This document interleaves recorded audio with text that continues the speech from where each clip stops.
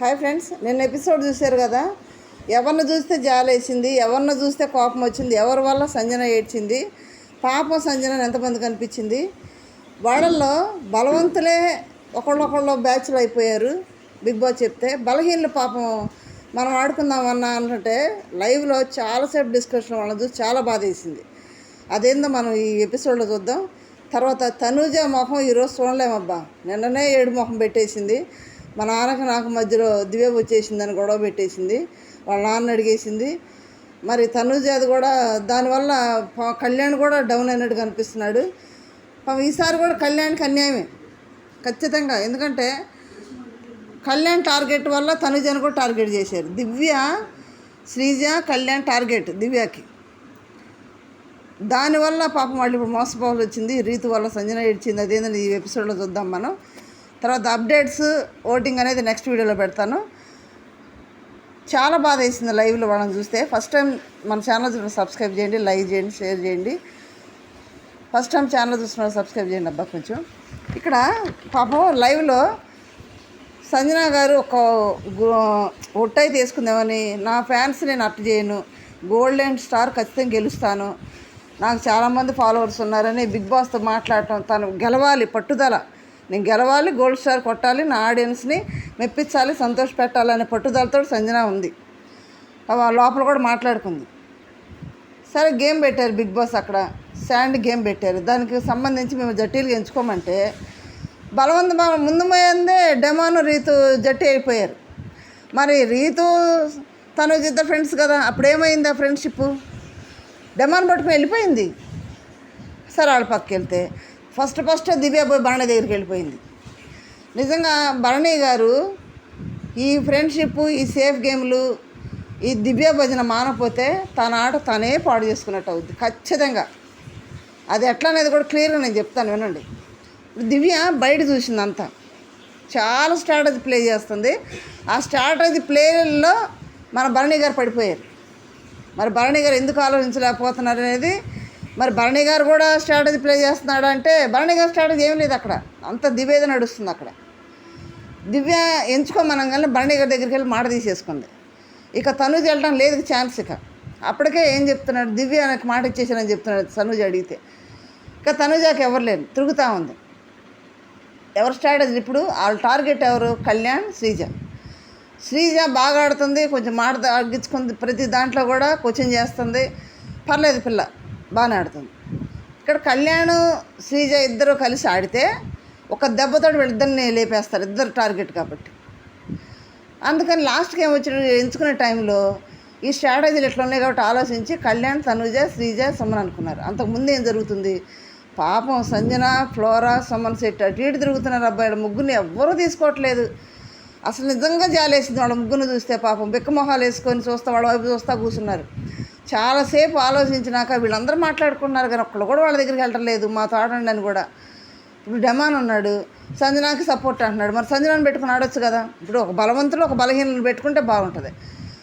ముందే రీతు, డెమాన్ అన్నారు, దివ్య, భరణి అన్నారు. మరి భరణి గారు నేను లైవ్లో సంజన గారి నుంచి చాలా గుడ్ అనిపించాను. నిన్న ఎపిసోడ్ అంతా కూడా సంజన గారికి ప్లస్ పాయింట్ అవుద్ది నిజంగానే. అసలు సారీ చెప్పింది భరణి గారికి, సారీ చెప్పింది. నేను చాలా మాట్లాడినాను. దీనికి కారణం ఏంటంటే ఇమ్మానుయేల్తో చెప్పింది కదా, నేను భరణి అన్నాను పిలవను, నేను భరణి గారు అంటానని తన బాధను చెప్పుకుంది కదా. ఇమ్మానుయేల్ వెళ్ళి భరణితో చెప్పినట్టున్నాడు. భరణి వచ్చి ఇమ్మానుయేల్ చెప్పాడు, నాకు బాధపడుతున్నావంట. అదేమీ లేదమ్మా, నువ్వు నా చెల్లివి, అదేమీ లేదమ్మా నువ్వు నా చెల్లివి అని అంటే నేను కూడా చాలా మాట్లాడినాను అన్న, సారీ దానికని. ఇద్దరు షార్ట్ అవుట్ చేసుకున్నారు. చాలా మంచిగా అనిపించింది. అన్న జిల్లా ఒకటి అయిపోయారు.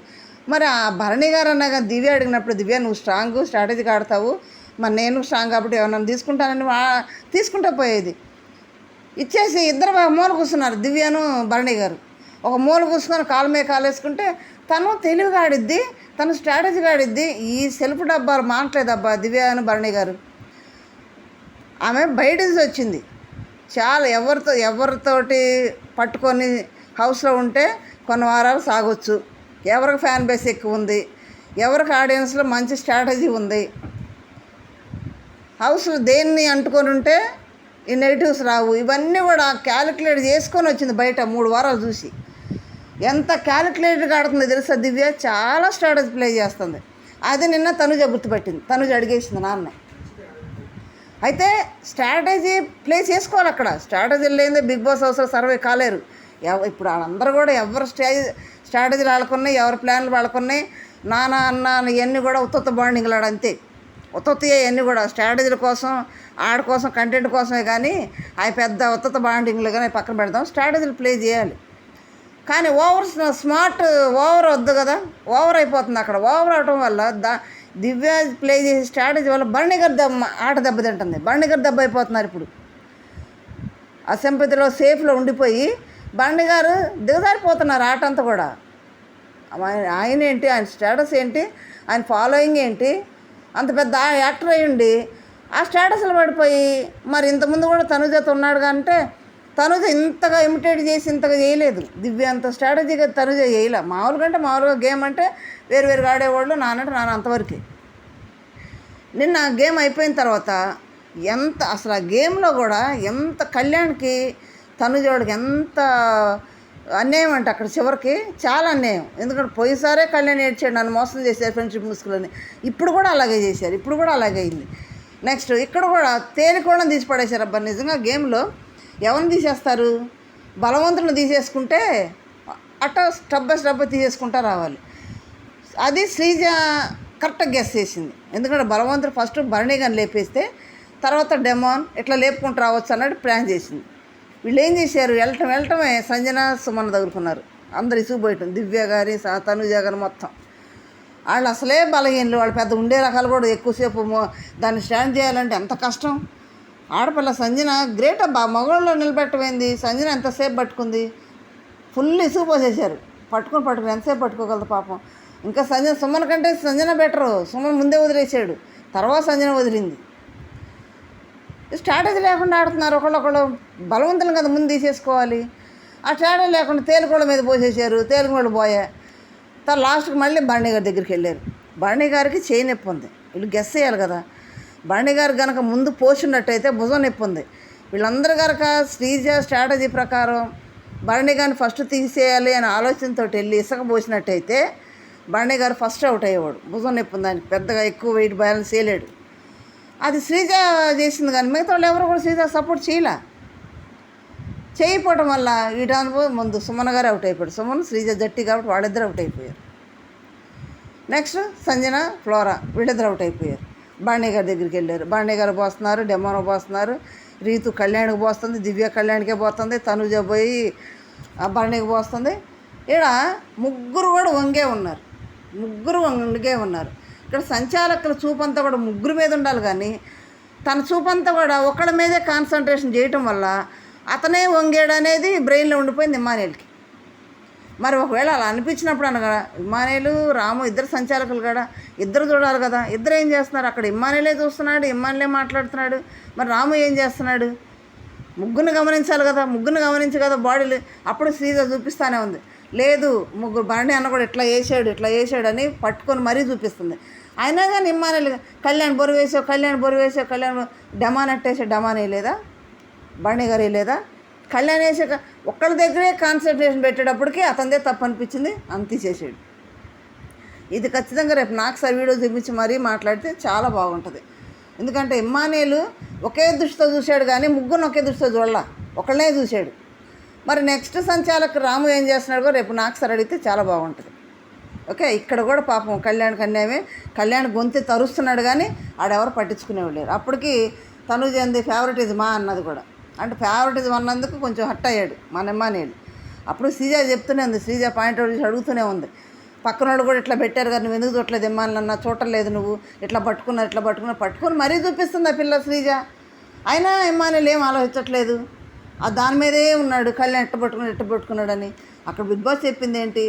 ఆ ఇసుక పోసిన ఆ బాక్స్ కిందకి ఆనకుండా చూసుకోవాలి. అంతవరకే. కానీ నువ్వు ఎట్టబట్టుకున్నావు ఇది కాదు కదా. ఎట్టబట్టుకుని ఎంతసేపు పట్టుకోగలరు? ఎంత బాడీ వెయిట్ వేసినా కానీ ఎంతసేపు ఉండగలరు? ఇక్కడైతే ఇమ్మానుయేల్ మాత్రం కళ్యాణ్కి తనుజ చేసింది కొంచెం నాకైతే నా దృష్టిలో అయితే అన్యాయం అనిపించింది. అక్కడ ముగ్గురు ఒక దృష్టితో చూడలేదు అనిపించింది నాకు. ఇక్కడ సంచాలక ఫాల్టే ఖచ్చితంగా. రాము ఫాల్ట్ కూడా ఉంది. రాము ఎందుకు గమనించలేదో మరి. అయిపోయిందా గేమ్? అయిపోయినాక లోపలికి వెళ్ళిన తర్వాత వెళ్ళి నాన్న బాక్స్లో కూతురు ఇసుకేయటం చాలా సంతోషంగా ఉంది అన్నాడు భరణి గారు వెళ్ళి తనుజ దగ్గరికి వెళ్ళి.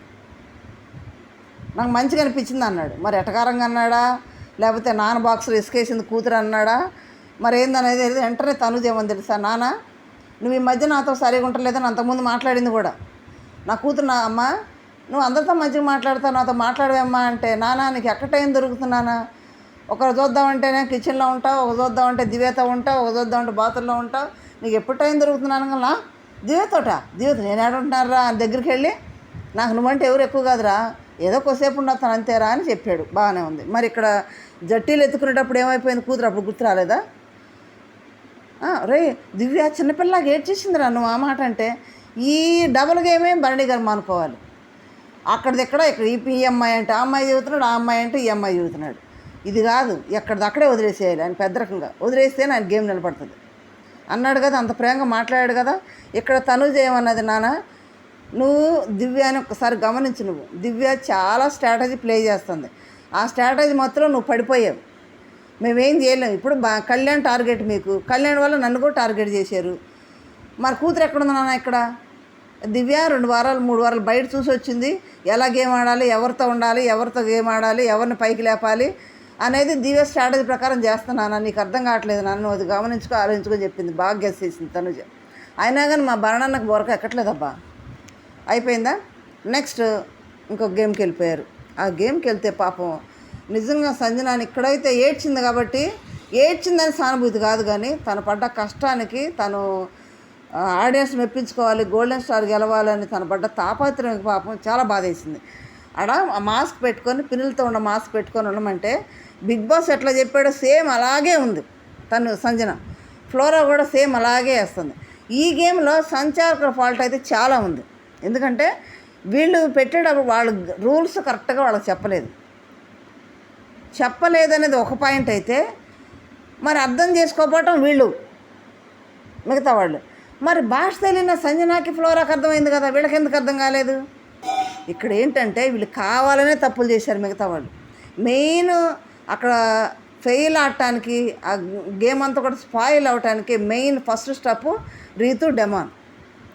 ఎట్లా వేయాలి? అప్పుడు రాము ఫస్ట్ వేయంగానే కూడా వెళ్ళాడు అనమాట. రాముతో డిస్కస్ చేసింది, నాదే స్ట్రాటజీ, నాకు 100% నేనే కరెక్ట్, నో డౌట్ అబౌట్ అని రీతు రాముని ఓటించి కొట్టేసింది. బిగ్ బాస్ ఏం చెప్పాడు, ఎత్తుగా బాల్ ఇలా వేయమన్నాడు. వేయంగానే డెమాన్ పక్కన తలానంగానే అది పక్కన సైడ్ ఉండిపోయింది. అట్లా కాదు కదా, స్ట్రైట్గా అలాగే పెట్టాలి కదా. ఒక సంజనానే అలా పెట్టింది, మిగతా వాళ్ళందరూ అలా పెట్టినాళ్ళు, సైడ్కి పెట్టినాళ్ళే. రాంగ్ స్టెప్ ఎక్కడ? రీతు డెమాన్ దగ్గర పడింది. ఫస్ట్ వాళ్ళే తప్పు చేసింది. ఆ తప్పు వల్ల పాపం సంజన వాళ్ళు గెలిచి కూడా నిజంగా బిగ్ బాస్ ఇక్కడైతే మాత్రం చాలా బాగా మాట్లాడారు. మీరు చదివిన స్కూల్కి, మీరు చదువుతున్న స్కూల్ ప్రిన్సిపాల్ నేనంటే మీరు చేసిన స్ట్రాటజీలన్నీ కూడా నాకు తెలుసు బాబు, దానికి తగ్గట్టు నేను ఎలా చేయాలి నాకు తెలుసు అని బిగ్ బాస్ వాళ్ళకి వార్నింగ్ ఇచ్చారు గట్టిగానే. బాగానే సంజన అంత బాగా ఆడి కూడా పాపం భాష తెలియపోయిన ఫ్లోరా బాగా ఆడింది, సంజన బాగా ఆడింది. ఇప్పుడు 100 మార్క్స్ వచ్చాయి, 100 + 40 140 అయ్యాయి. ఫస్ట్ ప్లేస్లో ఉండే సంజన. అలా కాకుండా వీళ్ళు చేసిన ఫాల్ట్ వల్ల పాపం అన్ని మార్క్స్ అని కూడా కట్ చేశారు. మిగతా వాళ్ళు సంజన వాళ్ళు మాత్రం కట్ చేయాలి, 40 అంతే ఉంది. అయినా కానీ సెకండ్ ప్లేస్లో ఉంది. అది కాదు కదా, పోయినాయి కదా, 100 పోయినాయి కదా, కష్టపడ్డ దానికి ఇల్లు లేకుండా. అందుకే ఏడ్చింది. నేను ఏదో ఆడియన్స్ మెప్పించాలి, గోల్డెన్ స్టార్ తీసుకోవాలని చూశాను, నాకు ఛాన్స్ లేకుండా చేశారు, కష్టపడి ఆడింది కూడా వేస్ట్ అయిపోయింది. ఇమ్ము నాకు ఎప్పుడు గెలిచేదిరా, నేను ఎప్పుడు గెలవాలరా అని ఏడుస్తుంది ఇమ్ముని పట్టుకొని. బాధ ఏదా కష్టపడ్డా వాళ్ళకి? ఇక్కడ ఎవరు స్టాండర్డ్ పే చేస్తున్నారు పాపం. వాళ్ళు బలం లేని వాళ్ళేమో పక్కన పెట్టేశారు, ఆ బలం లేని వాళ్ళు ఇక్కడ గెలుస్తుంటేనే వాళ్ళు ముందుకు రానిపోతున్నాయి వీళ్ళు. నిజంగా సంజన స్ట్రైట్ ఫార్వర్డ్, తన ప్రేమని తట్టుకోలేము, తన కోపాన్ని తట్టుకోలేము, కానీ ప్రేమిస్తే మాత్రం చాలా బాగా చూస్తుంది సంజన. చాలా బాధ వేసింది రాత్రైతే ఏడుస్తుంటే. అయిపోయింది కదా. అంతవరకు ఆ గేమ్లో ఫస్ట్ వీళ్ళే ఉన్నారు, ఎవరు మన డెమాన్ వాళ్ళే ఉన్నారు ఫస్ట్. సెకండ్ ప్లేస్ వచ్చేటప్పటికి తనుజ, కళ్యాణ్, సంజన, ఫ్లోరా వీళ్ళు ఉన్నారు. సగం సగం తీసేసారు కాబట్టి. ఇంకా భరణి గారు మాత్రం కొంచెం ఆలోచన చేసుకొని గేమ్ ముందుకెళ్తే చాలా మంచిది. రీతు చేయబట్టి అక్కడ గేమ్ స్పాయిల్ పాప సంజన ఏడ్చేసింది. దివ్య స్ట్రాటజీ ప్లే చేసి భరణి గారు గేమ్ని పాడు చేస్తుంది. అది తనుజ హెచ్చరించింది కూడా, అయినా పట్టించుకోవట్లేదు. మీరేమంటారు? ఈ గేమ్ అంతట్లో కూడా సంజన గుడ్డా బ్యాడ్డా? లేదా రీతు వల్ల ఏడ్చిందా, నిజంగా దివ్య స్ట్రాటజీ ప్లే చేస్తుందా లేదా అనేది చిన్న కామెంట్ చేయండి. లైక్ చేయండి, షేర్ చేయండి, సబ్స్క్రైబ్ చేయండి. Thank you. గది 10:40.